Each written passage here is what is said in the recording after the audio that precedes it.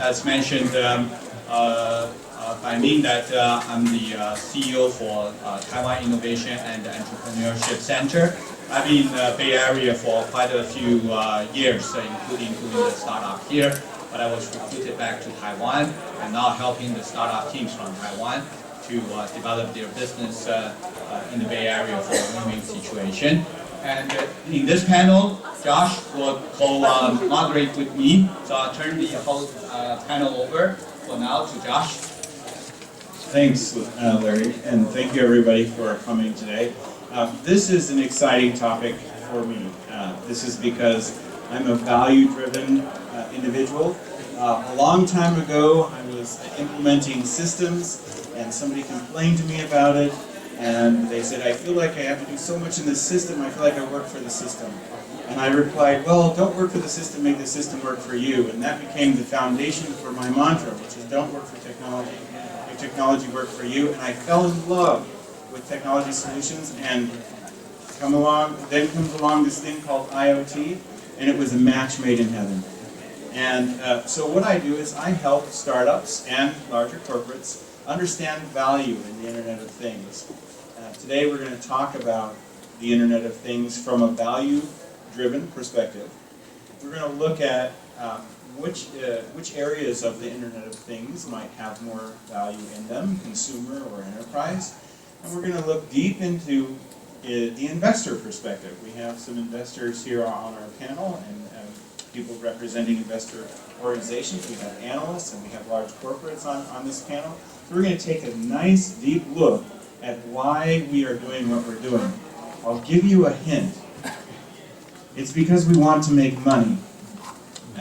There's a lot of cool factor with the Internet of Things, but when push comes to shove, what we as players in the Internet of Things ecosystem must do is focus on value creation. We create some value, and then we create a business model to extract that value. Investors are seeking for returns, and so I'm looking forward to the thoughts on the panel as to how we actually make that money. All right? Great. Good. We'll start with the first question then. Well, we need to do the introduction. Oh, I'm sorry. Yes. Right. Why don't we start with Josh first? So we'll go all the way down. I'm introduced. I guess beyond that, you can find me on Twitter @WorkTechWork, along with that mantra. Reach out there, message me. You can connect on Facebook and other places as well. Hi, I'm Nels Toriano. I'm the sales manager for Advantech. We're a 30-year-old public traded company with 30 years of experience in the industrial markets. We're largely vested in IoT. We are a hardware company, but just until recently, now we're providing software support. So that's it for me. Hi, I'm Yaming Wang. I'm a senior director for product marketing at MediaTek. MediaTek is a semiconductor company based in Taiwan. We're the #1 semiconductor company in Asia. We provide all kinds of consumer electronics chipsets. Our IoT business is really focused on connectivity. So ranging from Wi-Fi, Bluetooth, GPS, modems, everything from there. Hi, I'm Swati. I'm one of the co-founders and CEO of PropelX. PropelX is an online investment platform focused on deep technology companies. Our key sectors of focus are life sciences, computer sciences, energy and clean technologies, materials, and space-related technologies. So IoT fits right in most of the technologies across sectors, and we focus within that on really the enabling technologies. Good afternoon. My name is Noah Goldstein. I'm a research director at Navigant Research, which is part of Navigant Consulting, which is a global energy consulting company. At Navigant Research, we spend our time looking at how clean tech and other innovative technologies change in the market and how disruption is happening, or in some cases not happening, but still very interesting. With respect to IoT, we've been dedicating a considerable amount of time trying to understand what IoT means in different markets. Specifically, recently we looked at what IoT means for the residential building market, focusing on some technologies, not even getting to wearables. But we estimate that right now it's around 7.3 billion, and in the next 10 years going around to what would be at the size around $68 billion globally. Now, that's an underestimate of all IoT in a home, really focusing on the equipment. So we do this kind of forecast, we try to understand how things are changing. And I'm looking forward to the discussion. Everybody. Hello, 大家好. Namaste. My name is Peter Kuo. I'm the CEO of DCLC International Group. It stands for Dot Connector, Loop Closer. I think a lot of times in my business career, I realized I connect a lot of dots, but never close a loop. So I named my company DCLC 13 years ago. I'm here trying to help everybody to understand the IoT's things from the angel investor point of view. As an angel investor, I have invested in products like a lot of wearables, a lot of virtual reality, things that even biotech, that's what we're looking at right now. So I'm trying to inspire people on the right direction of their products and where they should be going. Great. Let's start with the first question about the IoT. Of course, we all know the IoT is everywhere in everything. And so our first question is that consumer market versus the enterprise market in terms of the IoT, which do you see would create more value? Why don't we start with Peter? We go backward toward Josh. I believe enterprise should be our focus. If you have a choice of consumer versus enterprise, I would choose enterprise simply because that's where the biggest pie is, in my opinion. So I really love this question because it really, to me, is comparing apples and oranges, or really apples and paper airplanes. Because the enterprise markets are so significant revenue-driven enterprises, which is what they are there to do. However, the consumer market really is trying to bring value in a very different way. So while you can compare the numeric value, and I do think also I agree with Peter that actually the enterprise market will be bigger financially, I think that the consumer market really has the ability to transform some parts of everyday life, not all parts, but some parts of everyday life that bring more value, maybe beyond simply numeric dollars. That's a hard one, but I would go with consumer. Sorry to disagree. And the reason is that every enterprise is looking to enter the home. Every enterprise ultimately services consumers. And each of these devices is $200, $300, and right from whether it's your connections with the pets or making sure that your house's energy efficiency is being monitored or other things, it is actually entering through the consumer channel. And if you look at the major exits or major events in recent times, whether it's Nest or other similar Fitbit or other similar ones, it has been more on the consumer space. So I would actually go with consumer. Well, this is an interesting one because I used to work for Intel's industrial IoT, and I was defining their industrial IoT gateway. Now in the MediaTek, it's more of a consumer-oriented company. In my view, I think it's where the joint, where the overlap is very interesting. If we talk about in terms of volume, I think smart meters for IoT has been deployed over 100 million of them so far, right? So that's the largest volume. So if you look at smart meter, it's a consumer use case, but the go-to-market channel is through utility companies. So that's where we think there's a lot of interesting overlap happens. It's a B2B to C kind of play, where the enterprise will see a lot of value, but the end use case is applied to the consumer side. It's actually a pretty interesting quandary because I've got a history, long history in the enterprise world in server markets and data centers, and you can't have one without the other, because one feeds directly into the other. The consumer market will feed directly into the enterprise market. However, the real question is, well, if they do feed into it, where's the money? Where can the money be made? The money is actually the data. If you cannot do anything with the data, okay, you cannot make business decisions on it, okay, then it's worthless. Okay, all of that's not done on the consumer side. This consumer side gathers the data, maybe maybe does some kind of edge decision making, but the real money is over in the enterprise side, where you have your big data analysis, your calculation, whether it's structured data, like temperature, or unstructured data like video. Someone's got to make something out of that to make it worthwhile to charge a price for it. So that's why I think the biggest impact is going to come out of the enterprise market. When we look at innovations that have caused disruptions, that's what Silicon Valley is all about.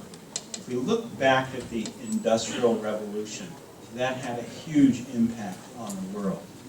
It's my opinion that the Internet of Things is the most disruptive thing to happen to industry since the Industrial Revolution. And it is because the Internet of Things has the ability to impact every aspect of enterprise, from raw goods to finished goods to recycling those goods or disposing of the waste.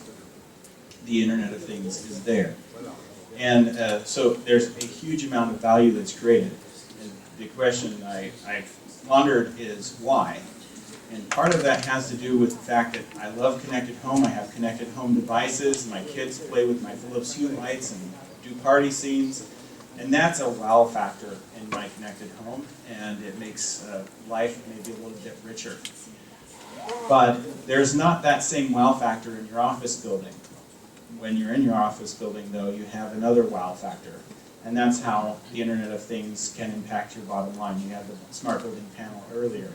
And when it comes to being able to improve operational efficiencies in organizations, regardless of type, there's a huge set of value there that far surpasses than the consumer side, even though all of us as consumers will want to have all these connected devices. Great. Since the opinion is quite divided, I'll take the liberty asking everyone to give your opinion. If you advise a smart startup teams, would you advise them going to go after the consumer market or you go after the enterprise market? Of course, as the panel pointed out, even for the enterprise, you still, at the end, need to consider the average consumer most likely. But which one you'll handle first, because business negotiation or your specific target is still slightly different. So Josh, would you advise going after the consumer or the enterprise? Well, I'll give you that terrible answer. It depends. So that's a gray zone. It definitely is. What I would recommend is that the entrepreneur, instead of finding a technology and looking how it solves a problem, to find a problem and then look for Internet of Things technologies that create the solution. And I can tell you, whether it's the pain point of being able to unlock your door while you're carrying in groceries, or whether it's the pain point of paying extra to heat or cool and condition the air inside a building, if you're solving a real problem, both actually are very viable places to play. Great. Nels? I'll second, it depends. It depends basically on really what we're talking about, and that's how much pain and risk you guys want to take, right?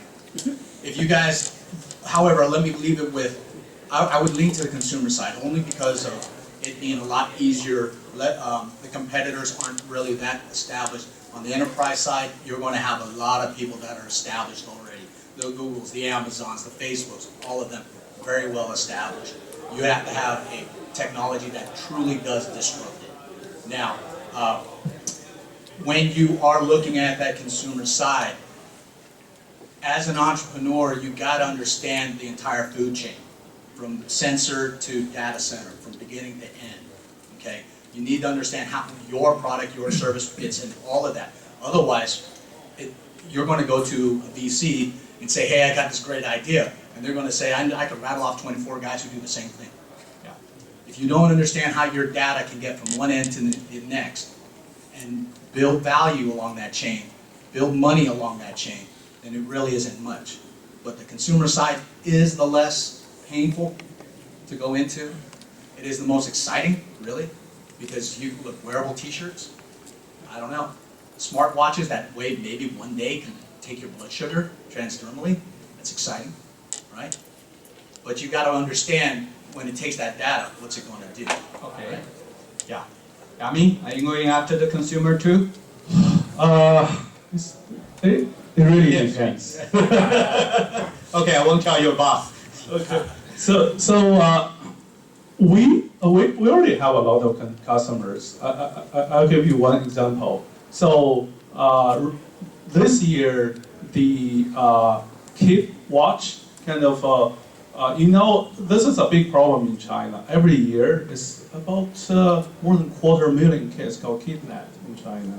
So that's where there's a strong demand to keep kids safe. So there's a way to do it, wearable with a watch kids wear. So this year we see a lot of those, a lot of our customers doing. But then there was a news from I think the Chinese government, the CCTV, saying that those kind of devices are not safe radioactively for the kids. Then the sales start to drop. So doing consumer is pretty fun, and we can clearly relate ourselves to it, but there's a lot of factors involved in. Well, we're looking at it on the industrial side. We have a lot of the traditional machine-to-machine business, where a lot of companies using so-called M2M modems to build the industrial use cases. Those are growing not as fast, but pretty steady. So really depends on which kind of style, or whether you're based on your experience as well. So it really depends. All right. Cool. So the question was, if we were advising a company to chase a specific market, which would it be, right? Would it be a consumer market, or would it be a business or enterprise market? So I'm guessing if there is a company in existence, it has already figured out what is the problem they're solving. So they must have already figured out whether they're chasing the consumer market or the enterprise market. So there's no amount of advice that we can give that is going to change that. That said, I think in my view, I would like to comment on which I think is a harder market to chase. We've heard from all the panelists that consumer markets are very exciting. That's true, but they're also extremely unforgiving. It doesn't matter whether it's Apple or Microsoft or Google or anyone competing. It really just depends on the product. And so it's extremely unforgiving, whereas in an enterprise space, it is very much a relationship-based sale, right? Where you kind of know the decision maker, you can influence them, take them out. Those things can happen. So very many times I feel like the consumer market is really hard to actually start selling anything. So in my view, I feel like that's the bigger market, but I think it's the harder market to crack. Great. This has been like getting an MBA, just listening to that side. But so my thoughts on this are that I agree the consumer market really is it's a much flashier space to be, and you can have early wins, but you also can crash and burn a lot faster. To me, what this really says to what is your long-term growth plan? Where do you want to fit in? Do you want to be supporting or working in partnership with very large companies that are incumbents out there? You can make a great successful company, a great sell-off plan, working for some of the big companies, the Intels, the Googles, the ABBs, the Schneiders, the Siemens. I mean, you could do that. That is completely a valid business approach. You're not going to be on the cover of Fortune 500 or Inc. for that. You come up with, I'm wearing a Fitbit. These folks are getting a lot of press, but there's a limit to what that can be as well. So again, to the answer of it depends on what you're bringing. A lot of companies out there we see try and bring algorithms to the market and say that is a differentiator. And I think that's a very tricky thing to pursue, because there's nothing wrong with big incumbents actually pursuing their own algorithms as well. That's just my own little spin on that. Okay, I'm gonna stick with enterprise simply because I think Dell just bought EMC for $57 billion, and that's one good deal, right, for both companies. Again, I have experienced the consumer market myself quite a bit simply because I've seen a lot of consumer products, pitching in front of me. They have the best Fitbit out there, whatever. However, just like everybody said, it crashes so easily if that CEO doesn't know what he's doing. And if he doesn't have a vision to realize what will make his company's product unique, then you're out. So, and we see so many of those examples. That's why I feel if your product is with the goal to work with enterprise, your chance of surviving is not better. Great. Okay, Josh, would you like to start with the next question? Sure. Well, I guess this mic is closer. Next, we're going to get into talking about why investors want to invest in the Internet of Things, because we have some investors here. So why don't we start, Peter, you have a microphone. Go ahead and share your perspective as to why investors will invest in this. And, oh, here's another one. And then Swati. Okay, I often look at things as an angel investor when I look at a product or a CEO. I actually look at my name tag here, it says it all, VIP. One is the V, does the CEO has a vision? My first question to them when they walk in front of me is, what do you see your company in 2100? And they look at me like, 2100? I mean, like 85 years from now? Yeah, I want to know. What do you see? And if their answer is, I'm dead by then, I say, sorry, next time. Because they have no vision. If they have no vision for their company or their product, there's no need for me to work with them, right? I mean, I don't ask for 2 years, 5 years, or what's your exit strategy. I ask them, where are you going to be 85 years from now, by year 2100? And if they can give a good answer, the next thing I look at is does your product fits my investment portfolio? Does it work? Would I use it as a user? Now, I also look at that as a team, right? Is their team, the CFO, the CEOs, the product manager, do they actually have a good plan to execute the vision? And then lastly is the P, is product. We test our products numerous times before we decide if we should invest or not. But if it's a website company, of course, we have a lot of people try out to go on their website to see the user experience. So again, we're looking at ubification of products. So if we can, ubification of doctor services, for example, we started one. Beauty services, we also started one as well. So depends on what your product is. We look at those VIPs very, very carefully. Thank you, Peter. So I am more familiar with deep technology companies, right? So which are really centered around IP. So for the companies that we help, IP is incredibly important, simply because it is a barrier to entry. And fundamentally, that's what you look for, is what is the barrier, and is this technology advanced? Is the team capable of further advancing the technology? So that's number one. But I think, to Peter's point, the single most important thing, there is no doubt, is the team. And in particular, the founders. Do they have a vision? Are they confident? Do they know what they're doing? Do they know enough about their space? So there will be a lot of questions, and sometimes there are gaps that come through. So you don't know, for example, what your market is, or if you're estimating it as too broad or too narrow. Too narrow is still okay, because that tells you your focus, but if it's too broad, then it's kind of, okay, what are you really focusing on?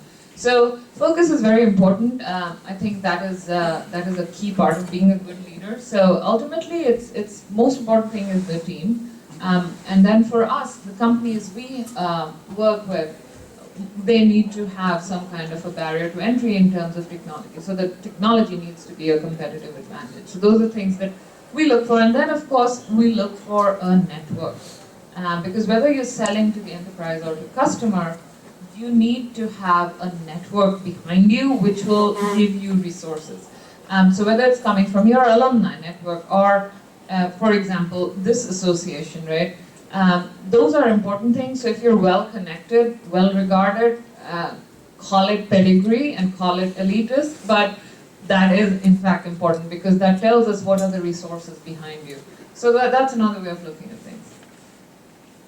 One of the things that the Internet of Things is enabling are a lot of different business models. Neither of you mentioned business models or IoT-centered business models in your response, but I'm curious. I'm going to throw that one back out there, because I'd like to hear what about this IoT-enabled outcome-based economies and other types of business models that the Internet of Things enables?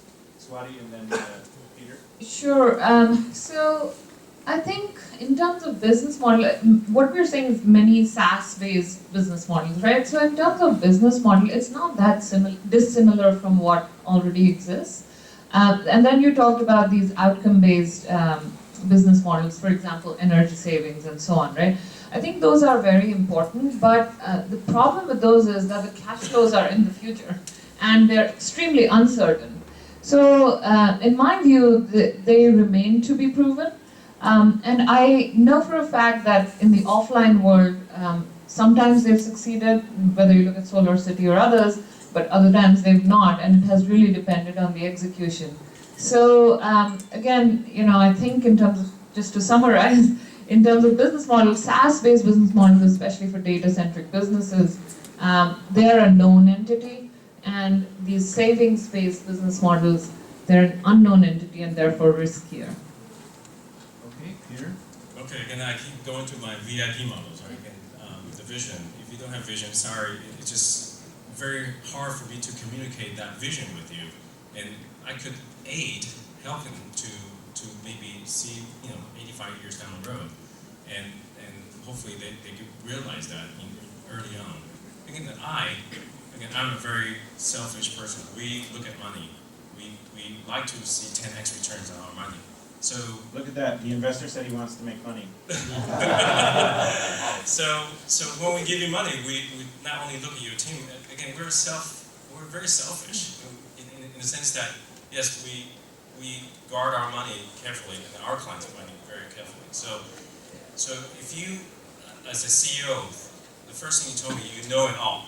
That's the one person that I'm really afraid of. Is like I know everything. If you know everything, I don't think I can work with you simply because we know there are going to be things that you don't know.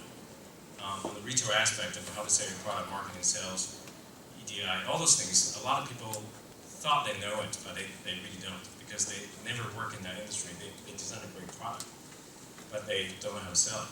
And we see a lot of pitfall in those areas. And then, of course, the product, right? They design this product because they work with it day in, day out, but when you put it on an 80-year-old grandma, and she doesn't know how to use it, start over again. You need to make sure that 80-year-old grandma to 5-year-old can know how to press that button, a tree comes out. So those are the things that we look at carefully, and we see a lot of failures. Again, our success rate is 7%, so 93% of people failed when they walk in that door asking for investment. So. Can I jump in there? Yes, I was going to have you jump in there because you're kind of like the Swiss. You're an analyst. What do you see as what investors are interested in with the business model? So investors clearly are looking at a portfolio approach. I mean, you have a portfolio. You're recognizing that some investments are going to be riskier, yet they might just be worth investing.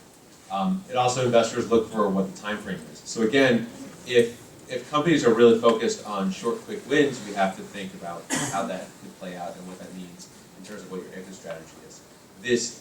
The thing that I think is really interesting that's going to emerge through IoT, and actually Swati hit on this to some degree, is one component of SaaS is this concept of, well, with all this data right now, everything can really be viewed as a network, not necessarily a social network, but a network of objects, a network of systems. And a new business model that is really emerging is, Peter kind of touched on this, is Uber. Is really the network orchestrator of business model. And I think that some investors are finding this very attractive.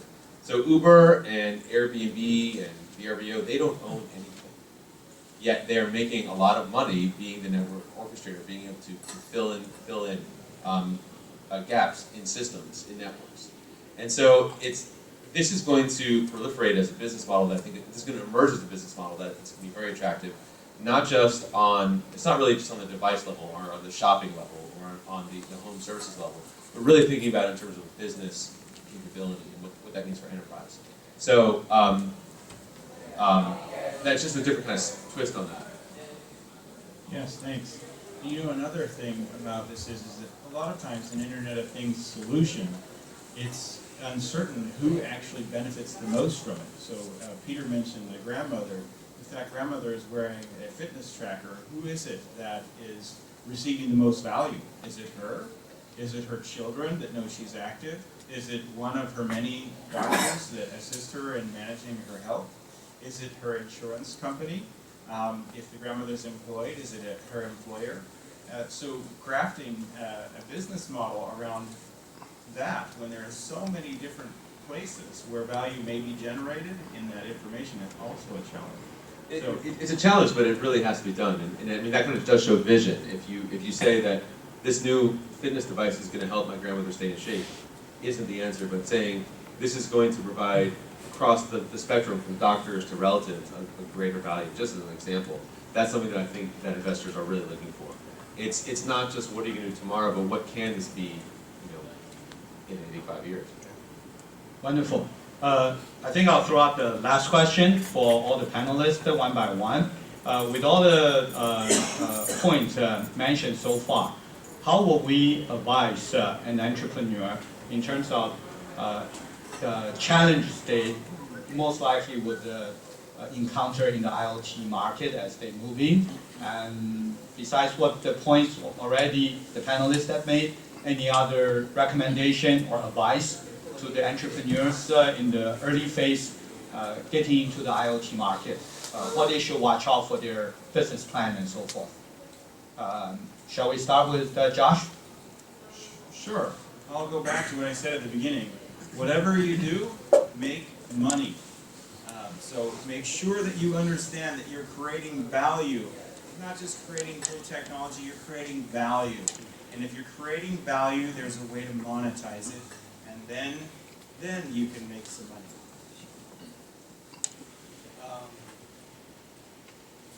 I think I can sum it down in one word. And many of you guys, your mere presence in this room tells me that you guys are well on your way. Businesses like to work in silos. They don't like to tell someone what they're doing. They don't like to talk about anything that they're developing. I encourage collaboration. One word, collaboration. You can be a hardware guy, you can be a software guy, but you're going to have to talk to each other. Okay? So it's better, it decreases the risk, it increases the success of your product and entry into market if you guys know how your stuff fits in the entire ecosystem, both the hardware and the software. So one word, collaboration.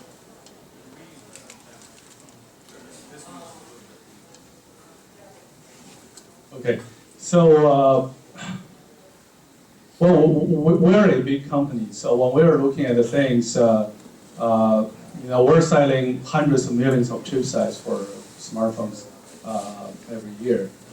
So if IoT is as projected, it's going to be 20 billion or 30 billion or 50 billion numbers of them there. There's going to be some traditional industry that's going to be disrupted. Like web disrupted certain traditional industries, especially advertisement as the dominant business model out there. We think IoT is potentially will do similar things. So if you look at traditional industries, there's some of them there, like insurance. It's similar to advertisement. It's a more than $5 trillion business out there. But there are a lot of innovative things already happening there with IoT, like for health insurance, also for auto insurance. A lot of companies doing usage-based insurance now. So we feel like there's certain stuff potentially will be disrupted to a larger scale that will help to feed the IoT's growth and also to help IoT to be realized. Thank you. So the question was, what would we advise an entrepreneur? And I think in this case, whether it's IoT or it's any other entrepreneur, everyone faces very similar challenges, whether it's fundraising or team building or entering the market. And one thing keeps, and being an entrepreneur myself, I know what keeps me up at night, and that is competition. And it becomes very, very real. I mean, when we go to the MBA program, you study about competition, you draw diagrams, and I think it gets very personal once you get into the game. You don't think about what is this company doing. You are on their website every day. And you kind of personally get to know your competitors, which are the CEOs of competing companies. You read about them, you read as much about them, you try to figure out what they're thinking. And so, because this is such a drain on your mind, it's best to be in a space where you can minimize the competition. So if I had to advise an entrepreneur who's thinking, okay, I'm going to start my own company, well, hopefully you already know what you want to do, but if you're not already in it, try to find a space which has as little competition as possible. So one thing that we see a lot is small companies hitching their wagons to a single standard, either a communication standard or a wireless standard or something like that. And I think I understand why some companies do that, and they will then try and convince you that the standard they are now attached to is the best standard, and they fail to see the greater ecosystem out there. So I think it's critical that when you think about how you're positioning the technology, that you ideally address all standards. Some technologies and some vendors are really standard agnostic, and I think that they're going to actually have an easier time in the future. That does present some technology challenges, but you want that to be as low of a barrier as possible. Peter? Yes, again, it's great to be here today. I really think the biggest advice I've been telling entrepreneurs, I've been coaching a lot of them, is that there are 5 ways to make money, right? The dumbest way you can do is sell your time for money. Don't do it. I mean, yes, you can, when you're young, you can trade your time for money. And there are commission people selling houses and homes. Not too bad. I mean, they can make decent living selling car insurances or health insurance or whatever, selling and buying things. You can make money that way. And of course, there are the doctors, lawyers, and engineers. They sell their skill to make money. You can do pretty well. Now, number 2, from the top of the food chain, are the people who sell wisdom, consultants. They tell what company to do, what not to do. Take a percentage of the company. If the company does well, they can make a lot of money. You can sell your wisdom. And that comes from years of experience. And of course, do you know who makes the most money? The people who sell concept. Concept, branding. The people who brand Louis Vuitton purse where they can make it in China for $34 and sell it in France and back to China for $3,400 because they put a zipper on it and says made in France. 100 times return. Those are the people who makes the most money, people who sell concept. So, first question, again, vision. Are you selling a concept? Short. Sorry. Are you selling a concept or are you selling your time, skills, or wisdom? So those are the questions. We make sure that entrepreneurs understand that. Thank you. I know this panel is pretty short for all the excellent and experienced panelists, but I think we're all anxious to verify the panel's comment about the IoT market and entrepreneurships. And right after our panel will be the pitch from the startup teams that we're probably all very anxious to listen to, and hopefully afterwards we can share our wisdom and feedback to their pitch. Josh, you have any final words to add? No, just thank you. It was great, and thank you, panel. Thank you for being here, all of you. It was great. Yeah, thank you, everyone. We have 7 minutes for questions, and the panel can answer. Go ahead, Rich. We want to look for sectors that are not as competitive. So can you mention some that Great question. Competition is everywhere. But there are ways to minimize it, right? Solve difficult problems. Solve problems that haven't been solved. That's where there's never competition at the top. There's lots of competition in the middle and bottom layers. So I think you should find the hardest problem that you can solve, and you'll find lesser people doing it. I have a quick response to that, which is also just look at where the big incumbent players are not. So, one example is I was talking earlier, I was grabbing it from IBM Control. One of the challenges we're seeing in building building energy efficiency is a lot of the large HVAC and building automation system companies like Schneider and Siemens and JCI and ABB. They are not really addressing small small businesses and small buildings. Why are they not doing that? Because it's hard. The network's a different kind of network. But there's something there. If they can't do it, that means that there's something there that maybe technology can help with. There is also the possibility that technology is not the reason why it's hard. But there could be a technological solution. I have a question. Talk about the vision. You know the investment world, Salesforce.com, they went to 7 VC. None of the VC invest. So how, when you talk about vision, how is the vision, you know, the entrepreneur, the founder, try to appreciate these VC's vision? Is the VC just looking for making money, or the VC is looking for other solutions for the human being? Even the Uber, right? I heard the Uber when they start, no VC interest, okay? So how do you justify those kind of things? That's my question. I think that's why they are entrepreneurs. But then the investor, okay? So all those 7 investors that put the money, they want to kill themselves? Okay. I think a few years ago, in one of the forum on the wearable devices in San Francisco, I heard this sparring between the CEO of Pebble Watch and one of the VC, big VC who didn't invest. But the VC's comment is that along my investment career, I missed a lot of good deal as finally verified.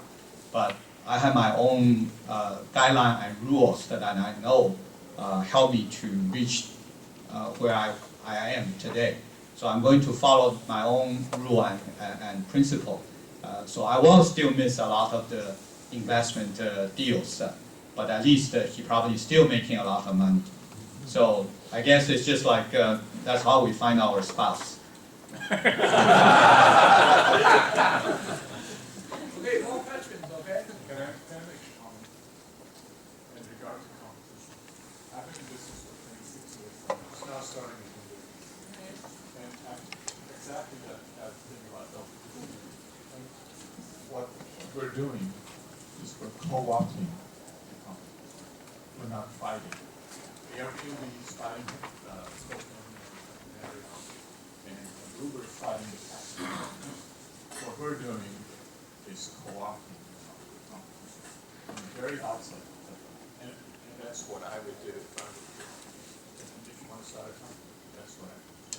Yeah, I mean that's absolutely, that's another way is to be smart about it and be a middle person. Come up with a business model which is different, right? I think that's another way to minimize. Some people comment is this day, Internet of the Things is more so-called value creation, the value is created through the problem solving. Okay, so some people think it's so-called crowdfunding will be one of the way to test the water, to test your idea before you even go after the so-called like those angel investors. Would you like to comment which kind of the idea, in which stage crowdfunding is better than the angel investor or even so-called angel investor? Always. Absolutely. Love to comment. So I think we should look at these as different sources of capital. And every source of capital has its place. So to imagine that somehow one is going to replace, so crowdfunding is going to replace angel investing, or angel investing is going to replace venture capital, I don't think that is the correct way. I think they'll all stay. But as you rightly pointed out, there is a time and place, and there is a time when you should test your product on Kickstarter. And that is when you've developed a prototype, right? I mean, we have the expert sitting right behind you who actually ran an Indiegogo campaign, right, Petsy? And so we've seen a lot of companies that put their product on Kickstarter or Indiegogo. And that is when they're trying to get feedback on the product itself, right? You have some key features there, but you want to see, and the traction tells you whether or not people are liking your product. And they'll give you feedback as well, which is very important. So at the time when you have some kind of prototype, but there needs to be some design to go into it. So you have to have a look like, feel like product which you can make a video out there, right? And so that based on that, people will make the investment, and then you can get the product out. But on the other hand, the question is, at what point should you be looking for investment? Now, in my view, if you can get non-dilutive funding, you should always use it, right? So if I look at it, if I can get money on Kickstarter, that's my number one choice because it doesn't dilute me and it gives me feedback. Same way talking to investors also gives you feedback, but it is in fact dilutive if they make the investment. I think where it comes to the point that you have the product and you want to really get more or large amounts of capital to scale, that's when crowdfunders are going to say, what? I mean, I need a piece of the pie at this point.